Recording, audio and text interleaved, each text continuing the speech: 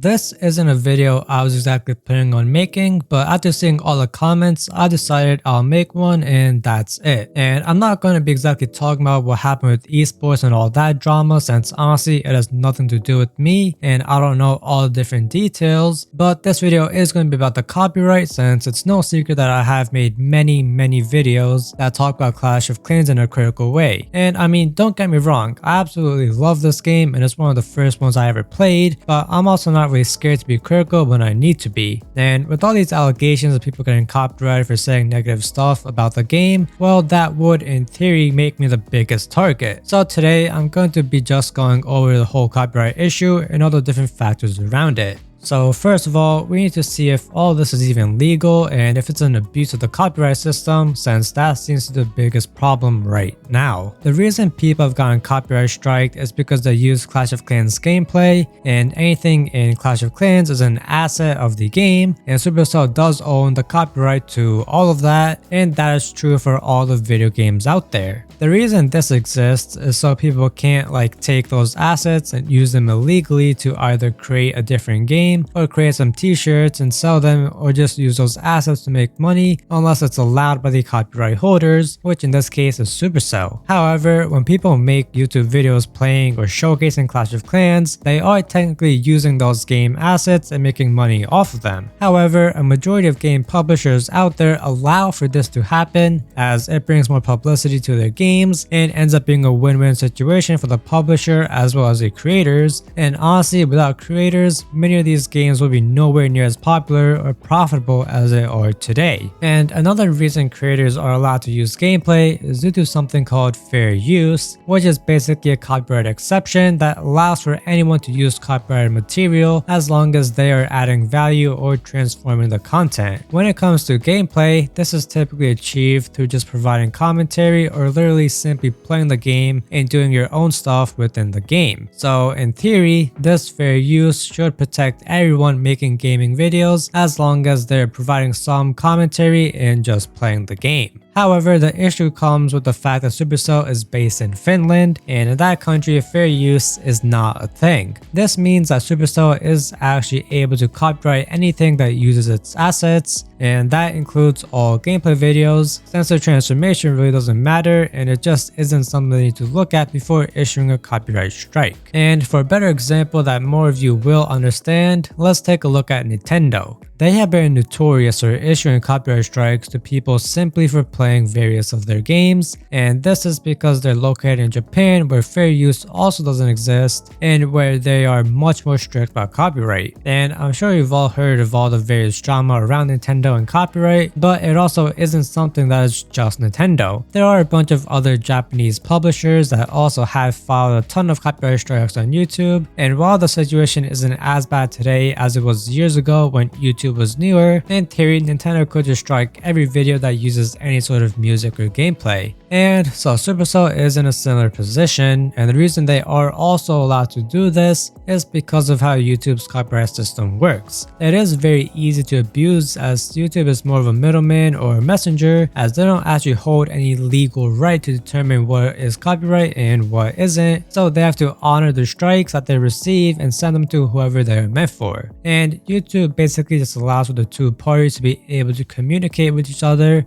and there are basically two choices that the copyright strike recipient has. Either they appeal and try to get the striker to withdraw their strike, or they can just accept it and do nothing. And if the appeal doesn't go through, then either they have to go to court to try and prove fair use, or they just take the strike. And the reason this system sucks is because most creators don't have the money to fight these million or billion-dollar companies in court, which means they have to take the strike. However, if you do think about it, the system does at least give some sort of options to the person receiving the strike, as otherwise, if it was through the normal way, then you would have received a DMCA and there would be nothing you could really do other than just go to court. And I personally have also issued a copyright strike myself against someone that had taken my video and just changed the language and tried to cut the video to get around copyright, and honestly it really was just extremely easy to do, and that ease of use is what allows for copyright abuse to exist, and a very recent example of this was with the Internet Anarchist and Tech Lead, in which Internet Anarchist made a video criticizing Tech Lead, and in turn Tech Lead copyright striked his video and openly admitted to abusing the system. And it was only after all that publicity that YouTube stepped in and removed the strike. But back to Supercell and the legality of all of this. Well, from my understanding, they are legally allowed to do this just because they're based somewhere that fair use isn't a thing. However, is it still a bit of a scummy thing to do? Of course. I mean, personally, I don't actually know what the contents of all the videos were, but it seemed like for a time to clash that his videos about the championship were striked, and the content of that would have come from the official live stream, which would, I suppose, give Supercell a right to strike that, as it wasn't even his gameplay. And I have personally used some clips from various championships in multiple videos, so that theoretically should also mean I can get striked, which obviously isn't great. However, there are definitely a couple of important things we need to talk about, with one of them being the reasons for these strikes. Apparently, it was because Supercell or some employees had personal issues with certain creators, and that is what caused them to become targets, and according to Eric, it was for being critical of Clash of Clans. However, like I mentioned at the beginning of the video, I have definitely been critical of the game, possibly even more than most of these other content creators, and this should in theory make it so I get copyright strikes. However, as of right now, the official Clash of Clans channel is still subscribed to me, and they have been for about 4 to 5 months now, meaning Supercell is aware of my content, and I have made many critical videos within that time frame. But who knows, maybe it'll all change soon. And another factor was also the fact that Supercell thought that Time to Clash was actually leaking information, and this is also kind of a problem. Now, to be clear, I'm not saying he was or anything like that, but I'm saying it's a problem because I have predicted many things in my videos that would end up actually becoming true, even though I don't receive any sort of sneak peeks or anything. I simply just make predictions, and some of them become true and some of them don't. So overall, when it comes to me and the risks that I'm at, well, honestly, I have been more critical of the game than most other creators from what I've seen, and that means that if the reason for the strikes was because of making critical content,